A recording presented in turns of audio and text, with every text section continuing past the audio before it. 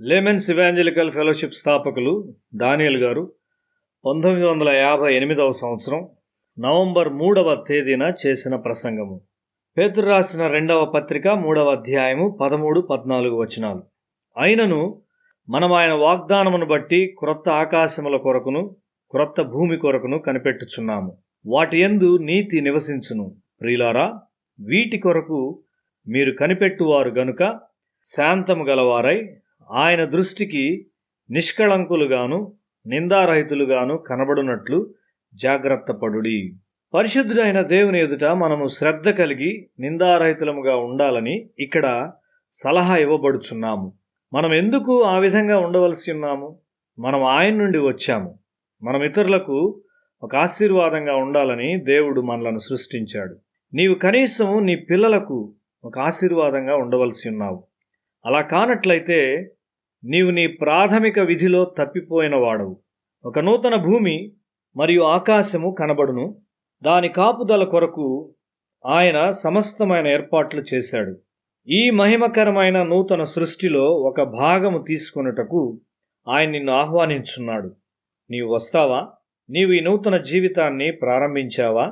నీ హృదయము నూతనపరచబడును మరియు నీవు భూమి మీద ఒక నూతన పరలోకాన్ని చూస్తావు.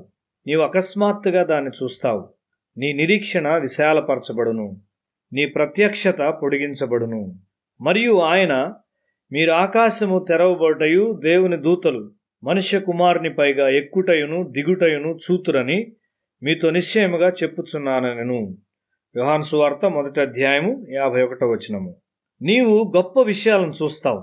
నీ హృదయంలో ఒక క్రొత్త ఆకాశాన్ని మరియు భూమిని నీవు చూడనట్లయితే నీవు దాని కొరకు నిరీక్షించలేవు. నీవు అటువంటి ఆశను కలిగి ఉన్నావా? నీ ఇంటిలో ఒక నూతన పరలోకం ఉన్నదా?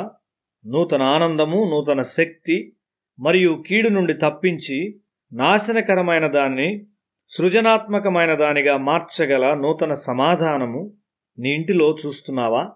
నీ జీవితంలో చూస్తున్నావా?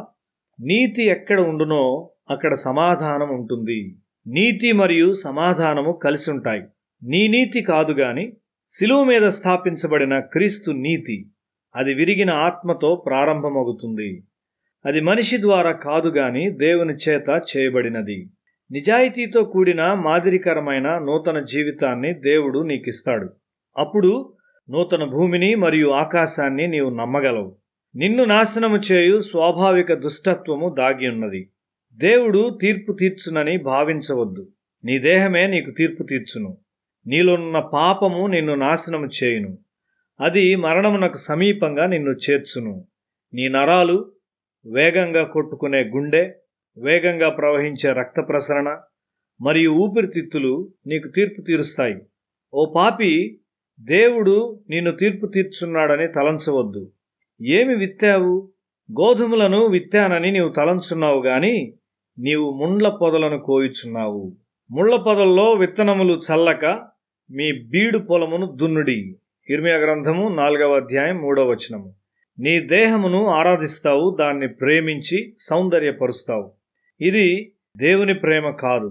అది పరిశుద్ధాత్మ నివసించే స్థలమనే విషయాన్ని నీవు మర్చిపోయావు. మొదట నీ దేహమే నిన్ను తీర్పు తీరుస్తుంది.